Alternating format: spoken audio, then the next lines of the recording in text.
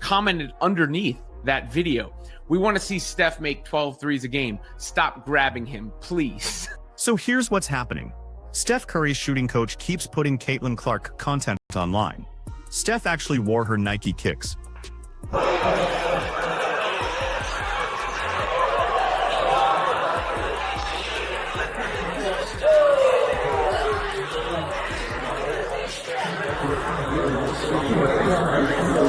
Now we've got signs pointing to her possibly training with his personal shooting guru.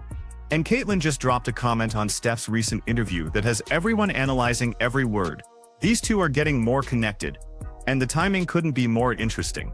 Real quick though, if Caitlyn Clark is legitimately working with Steph Curry's shooting coach this offseason, does that make her absolutely terrifying next season? Or are we just getting caught up in off-season buzz?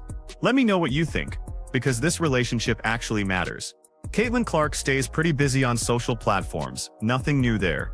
But she said something that grabbed everyone by the throat, and now people are wondering what's really going down behind closed doors. Steph Curry did this interview after a game where Charlotte was face-guarding him like he stole something. And Caitlyn jumped in the comments. What she said was, "We want to see Steph make 12 threes a game. Stop grabbing him, please."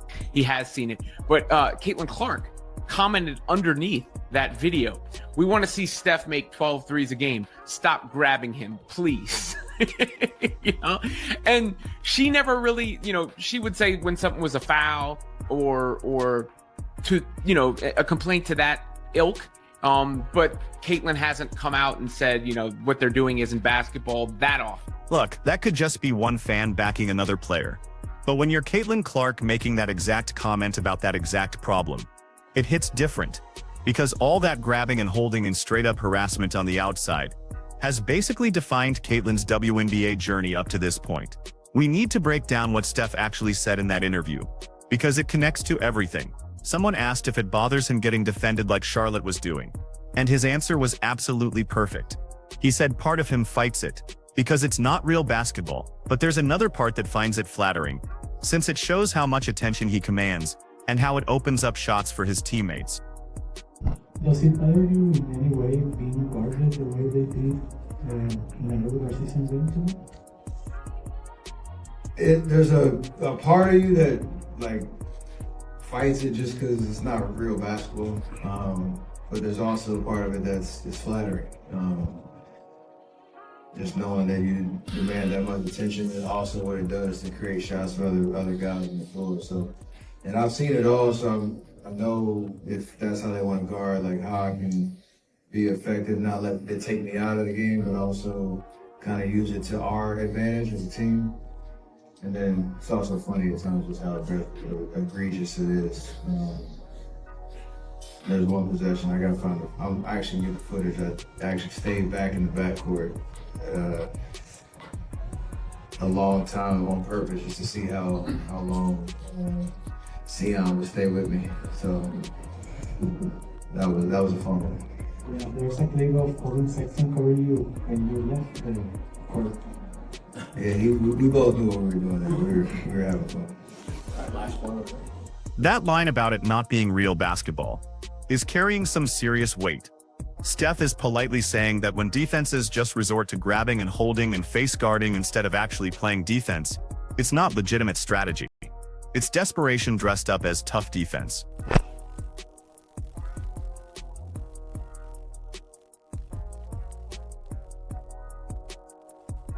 Caitlyn Clark understands that feeling completely. She lived through it her entire first WNBA season. She got blitzed more than anyone else starting out the year. Defenses would throw 2 or sometimes 3 bodies at her the moment she hit half court. She got grabbed, held, bumped, and shoved almost every single play down the floor. Are Caitlyn Clark and you get the attention that she does, you're going to get outsized defensive attention. In a rookie season, she was blitzed more to start that year than any team. A lot of that is strategy. They know what she can do. They know where she has the ball, all that stuff. But then there's part of it like trying to prove a point against her. And then, of course, when you want to rough up the other team's star, that's what coaches preach. If the refs are going to let you do it, you do it. it's something that became a point of contention across her WNBA career so far, with Stephanie White, who probably deployed that strategy with the Connecticut Sun, saying that too much contact is allowed on the perimeter. And that's a thing across the WNBA, and it became a theme across the WNBA. But, Caitlyn is allowed to be grabbed and held and all those things. Even to the point where I remember there was a broadcast where Rebecca Lobo pointed out, like, there's a foul, and there's a foul, and there's a foul, like Oprah giving. Some of that counts as smart defensive strategy. When you're going against the league's best shooter, you have to adjust your coverage, but some of it went way past the line into contact. That would draw whistles in literally any other situation. And WNBA officials just watched it happen. Stephanie White, who's coaching Caitlyn in Indiana now, but was coaching against her in Connecticut last year, straight up admitted that too much contact gets allowed on the perimeter throughout the league. Rebecca Lobo did a broadcast where she called out multiple missed fouls on Caitlyn back-to-back like she was handing out prizes. Foul for you, everybody gets a foul. But Caitlyn has stayed pretty quiet about it in public. She's called out specific plays, like that Kennedy Carter shoulder check that was obviously not basketball. But she hasn't gone on record saying the way she gets defended isn't real basketball. She hasn't turned it into a public battle like some other players and coaches have. So when she comments on Steph's interview saying stop grabbing him, that feels important. She's not just defending Steph. She's speaking up for herself without making it directly about her situation. It's a clever, smart way to make her point, without looking like she's complaining or begging for special treatment. And honestly, she's completely right. People absolutely want to see Steph drain 12 threes a game. That's why he moves jerseys and packs arenas and has signature shoes that create lines around the block. His shooting ability is what makes him transcendent. When defenses just grab him to prevent that, it ruins the game for everyone watching. The exact same thing applies to Caitlyn. People want to watch her launch from 30 feet and nail step-back threes and thread impossible passes. That's what makes her special. That's why attendance doubled when she played. That's why her games got national television coverage. When defenses just attack her and refs ignore it, the product gets worse. The WNBA has strangely promoted excessive physicality as some kind of badge of honor. Like somehow allowing more contact makes the league tougher or more credible. But that logic is completely backward. The NBA doesn't allow that level of grabbing and holding specifically because they want their superstars to perform. They understand that fans tune in to watch offensive excellence, not defensive mugging. Chelsea Gray has complained about this. Becky Hammon has complained about this. Natasha Cloud has complained about this. Stephanie White has complained about this. It's a problem across the entire league that impacts how perimeter players, especially elite shooters, can actually play. The fact that Caitlyn hasn't been loud about it publicly until now is fascinating. She's been diplomatic, probably because she knows that complaining about officiating can make you appear weak or like you're making excuses. But commenting on Steph's situation gives her protection to make the same point, without it being directly about her treatment. Now let's dive into the other connections between Caitlyn and Steph that have people speculating wildly. Steph wore Caitlyn's Nike shoes recently. His shooting coach keeps posting about her online, and based on all the context clues, there's a real possibility that Caitlyn is training with Steph's personal shooting coach this offseason. If that's actually happening, and we don't have confirmation but the evidence is pretty convincing, that's absolutely massive. Steph Curry's shooting coach works with the greatest shooter in basketball history. The techniques, drills, and training methods that have kept Steph elite for more than a decade would be incredibly valuable for Caitlyn, and it makes total sense. Caitlyn is already the best shooter in women's basketball, but if she can polish her mechanics even more, improve her shot preparation, and add new dimensions to her game based on what's worked for Steph, she becomes completely unstoppable. The connection between them makes sense from a brand standpoint too. Nike has invested big money in both of them. They're both smaller guards who changed how people think about shooting range. They both deal with similar defensive attention and physical harassment. The partnership is obvious. Steph has always supported women's basketball. He's talked about his daughters playing and how he wants them to see role models in the WNBA. Caitlyn represents exactly the kind of player who could inspire the next generation, the same way Steph inspired kids to start shooting from the logo. That shared vision and playing style creates natural mutual respect. But there's also a competitive angle here. Caitlyn isn't satisfied with just being good. She wants to be legendary. She wants to win championships. And if training with Steph's team during the offseason gives her an advantage, she's smart enough to grab that opportunity. The timing of everything is fascinating too. Caitlyn made another social media comment recently that caught Elijah Serrett, a receiver for Indiana, who's playing in the college football national championship, revealed that his dog is named Caitlyn Clark. And Caitlyn responded saying both the player and the dog are welcome courtside this year.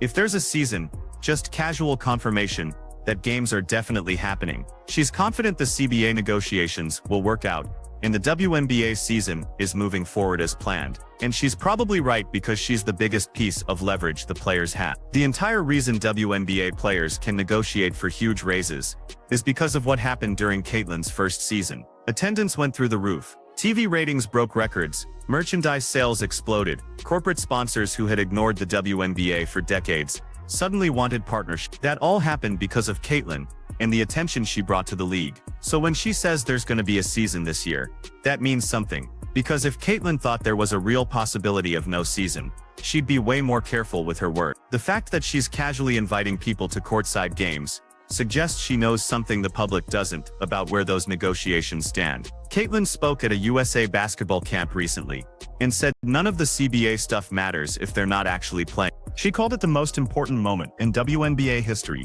and said players need to fight for what they believe in, but also find compromise on other issues. That's incredibly mature and practical for someone in their second year.